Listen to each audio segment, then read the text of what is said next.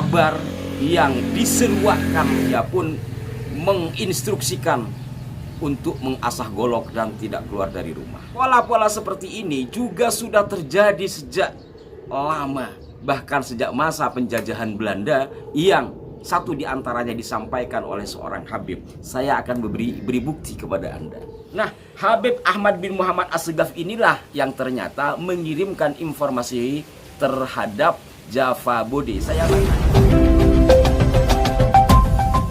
Assalamualaikum warahmatullahi wabarakatuh. Salam jumpa, salam sejahtera untuk Anda semua. Salam persaudaraan dari kami Al9 Channel. Kembali saya menemui Anda, saudara-saudaraku, hari ini tanggal 24 September 2024. Artinya 2 hari dari tanggal 22 yang sempat diisukan akan ada kehebohan. Sampai 2 hari ini saya belum mendapatkan informasi yang konkret terkait dengan kabar yang diseruakan oleh Bib Rizik atau kata Oma Irama, Ustadz Rizik Syihab. Sebagaimana yang mungkin Anda ketahui, Pak Rizik yang kemudian pergi umroh itu sebelum berangkat kan menyampaikan sesuatu yang percaya atau tidak percaya, meyakini atau tidak meyakini, akan ada pertanyaan dalam hati, benarkah peristiwa itu akan terjadi? Dan apalagi ia pun menginstruksikan untuk mengasah golok dan tidak keluar dari rumah. Saudara-saudaraku sekalian, persoalan-persoalan informasi seperti itu, ini bukan hanya sekali ini ya, dan nampaknya juga tidak hanya dilakukan oleh seorang Pak Rizik Syihab. Dan pola-pola seperti ini juga sudah terjadi sejak lama, bahkan sejak masa penjajahan Belanda, yang satu di antaranya disampaikan oleh seorang Habib. Saya akan beri bukti kepada Anda. Dalam buku Politik Islam Hindia Belanda, ya ada yang menanyakan, tolong diperlihatkan. Ini buku Politik Islam Hindia Belanda ditulis oleh Pak Dr. Akib Suminto. Buku ini nampaknya adalah disertasi doktoral beliau ya. Dijual di online apa tidak, ada yang menanyakan seperti itu. Saya tidak tahu karena buku ini saya mendapatkan dari perpustakaan UIN Syahid Syarif Hidayatullah Jakarta. Nah, jadi ini fotokopi dari sana. Nah, inti apa yang disampaikan di sini sebagiannya sudah pernah kami ulas di awal-awal kami mengulas tentang Geger Cilegon sekitar 2 atau 2,5 tahun yang lalu ya, bahwa gerakan tarikat atau toriko itu menjadi momok tersendiri bagi Belanda, setidaknya setelah perang Diponegoro yang kemarin dianggap babut gitu ya. Itu antropolog nanti dimarahin Bib Lutfi. Menurut Bib Lutfi dalam buku Dzikir itu kan turunan beliau dianggap bin Yahya. Nah, saya fokus kepada persoalan yang terjadi beberapa waktu lalu, elaborasi dengan isi buku ini yang informasinya itu ada kemiriban. Artinya apa? Membuat ketakutan masyarakat akan ada sesuatu, ternyata itu tidak ada. Kalau ini berkaitan dengan tarikat ya, dalam halaman 64 di sini diinformasikan peristiwa Cianjur 1885. Saya bacakan. Meskipun peristiwa Cianjur Sukabumi ini belum sampai meletus sebagai suatu pemberontakan, namun suasananya sudah cukup membara.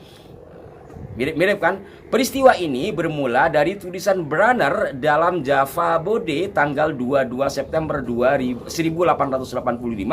berjudul Perang Sabil, yang menyatakan adanya kegelisahan dan suasana keruh di Cianjur, Sukabumi akibat aktivitas gerakan tarekat Naqsyabandiyah. Akibat tulisan tersebut, timbullah kegelisahan di kalangan masyarakat Belanda pada umumnya. Sementara KF Holly selaku advisor honorer urusan pribumi menegaskan bahwa sekte Naqsyabandiyah secara tidak langsung membahayakan bagi pemerintah, apalagi beberapa anggota tarekat ini ternyata menduduki jabatan penting pemerintah. Dalam pada itu, Residen Priangan Pelser menilai bahwa berita dalam Java Bode yang diperkuat oleh The Lokomotif itu hanyalah sensasi semata. Ditegaskannya Tarekat Naksabandia yang sudah 36 tahun berada di Cianjur tidak melawan pemerintah sebagaimana diberitakan. Di daerah Priangan di luar Cianjur, Sukabumi pun tidak terdapat aktivitas agama yang menggelisahkan mengenai Tarekat Naksabandia. Ditegaskannya bahwa sekte ini bersifat murni agama dan sama sekali tidak bertujuan politik.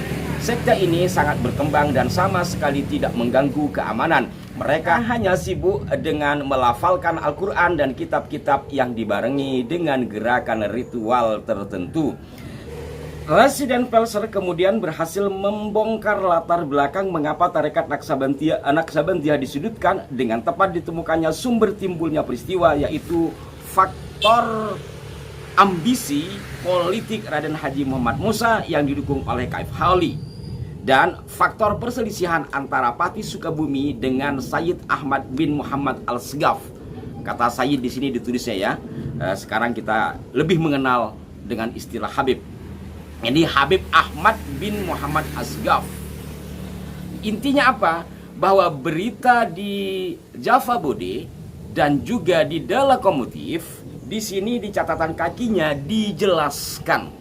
Selain ada faktor kepentingan politik Raden Muhammad Musa ini, juga ada faktor perselisihan antara Patih Sukabumi dengan Habib Ahmad bin Muhammad Asgaf.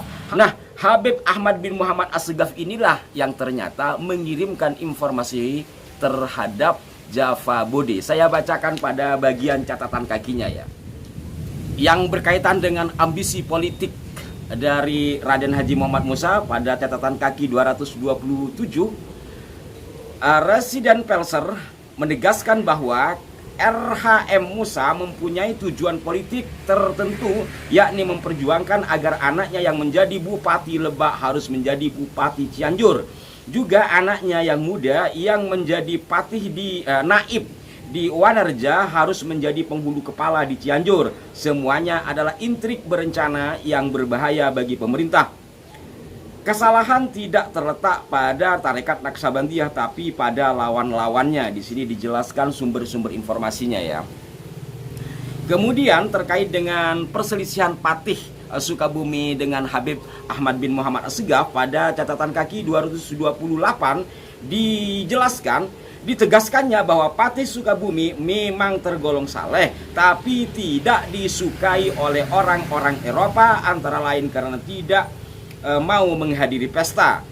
Suatu kali ia berselisih dengan Sayyid Ahmad bin Muhammad Asgaf dan diancam olehnya. Kemudian Sayyid Ahmad mengirimkan berita ke harian Java Bode. Menurut penilaian Residen, Patih tersebut cukup cakap. Kalau kita sederhanakan uraian ini, mengelaborasi peristiwa masa lampau dengan peristiwa hari ini, adanya kelompok-kelompok tertentu yang memiliki kepentingan secara politik. Kalau tadi contohnya ingin memiliki kedudukan kan, sehingga membuat fitnah terhadap orang-orang tarikat, khususnya di sini Naksabandia. Kemudian khusus yang mengirimkan informasi itu, menurut catatan kaki tadi yang saya baca, itu adalah dari Habib Ahmad bin Muhammad Asgaf, sehingga kemudian heboh. Nah, dari peristiwa ini mari kita berkaca. Peristiwa masa lalu telah memberikan contoh sehingga heboh. Pemerintah turun tangan. Pemerintah Belanda pada saat itu ya. Hari ini bagaimana? Nah, dari uraian singkat ini saya ingin mengajak Anda semua untuk melihat sesuatu secara objektif, secara jernih, dan juga kita berkaca pada peristiwa-peristiwa masa lalu yang jelas dan tertera dalam buku-buku yang representatif. Buku ini adalah hasil kajian. Demikian, semoga Anda bisa mengambil titik hikmah dari peristiwa yang terjadi, dan semoga uraian ini ada titik manfaat yang bisa dipetik. Mohon maaf jika ada kekeliruan. Wassalamualaikum warahmatullahi wabarakatuh.